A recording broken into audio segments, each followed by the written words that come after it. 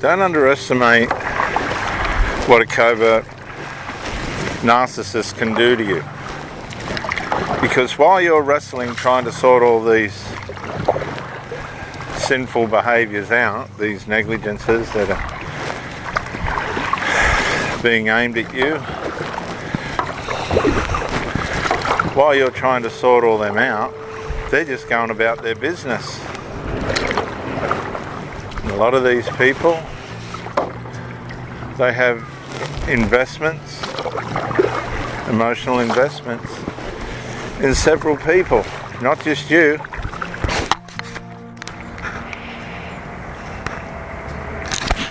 So you're, again, my favourite subject, faithfulness, loyalty, devotion and commitment, kindness and gentleness, is blinding you from the fact that these people ain't going to change.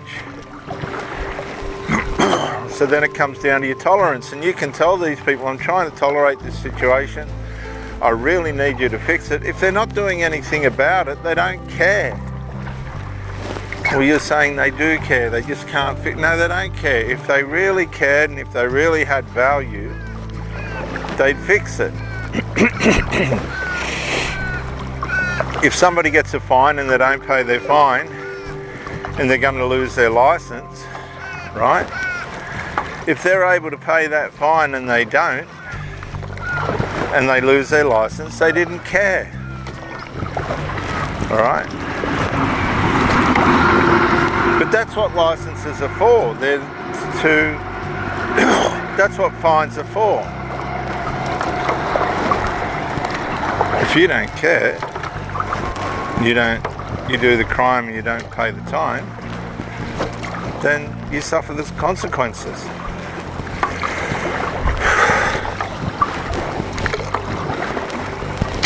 You can kid yourself all you like, because people are kidding themselves every day, thinking that they're on the right track and that they're doing the right thing by their partners, but they're not. They're nowhere near it.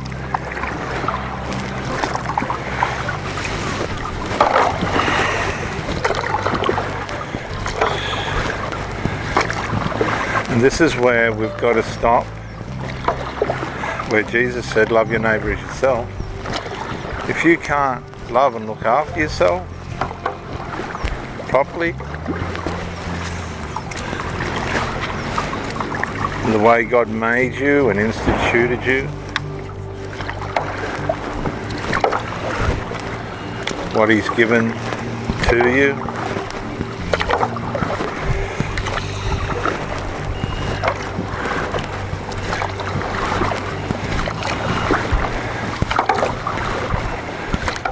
how are you going to really be of any benefit to anybody else? Now, you might think you are, and to some extent you might be, but for the most part you're probably not. We enable disenablement. Australia is known as the great disabled nation. It's got the greatest disabled welfare system, NDIS, in the world. It's sending the country broke, and people are abusing it left, right and centre. It's just being abused.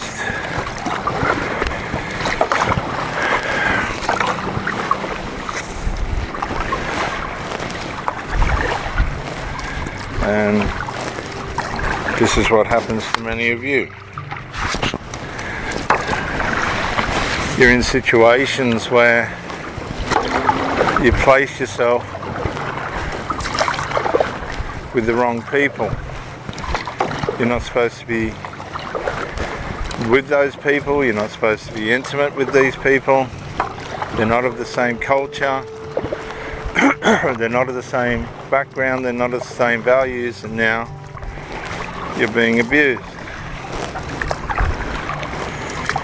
And you're possibly being abused because they're not seeing you is able to line up with what they perceive or believe that your values should be. See, everything comes back to individual values in the end. We can kid ourselves all we like, but that's what it comes back to in the end, what our values are.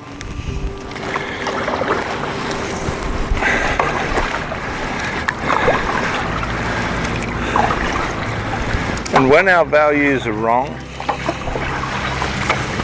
or don't line up with those of the person that we're with, eventually, if we can't come to some kind of agreement and unify what they're supposed to be, eventually something's going to break, something's going to fail, something's going to give in, and there's going to be conflict. Now, if you can't resolve or harmonise your values, you can't resolve or harmonise your domestic cultural formations, what makes you think you're going to be able to fix a relationship that's now starting to be damaged by these differences? You might be able to sustain it, keep it together, but it's not going to be a very happy set of circumstances, is it? It's going to be miserable, dark, lonely. There's a lot of people that are in relationships that feel lonely and they shouldn't.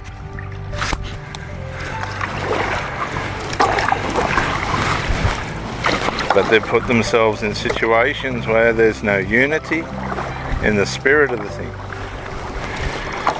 And that's proven by the lack of resolve.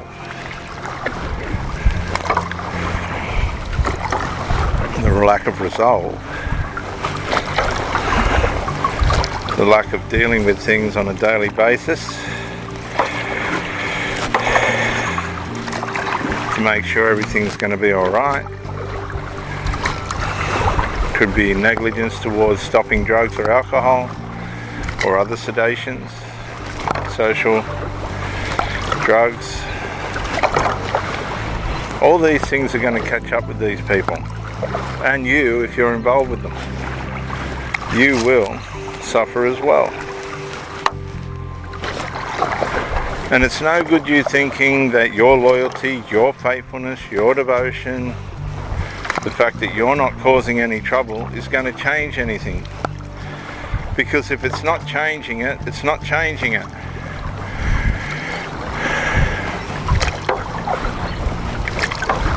It's just not changing it.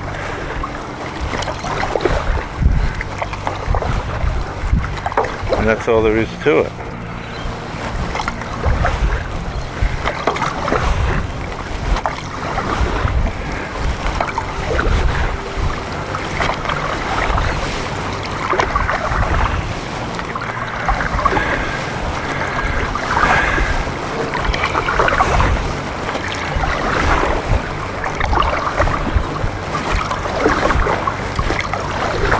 You need to disassociate yourself from these people that are causing you abuse and trouble. You need to detach and distance yourself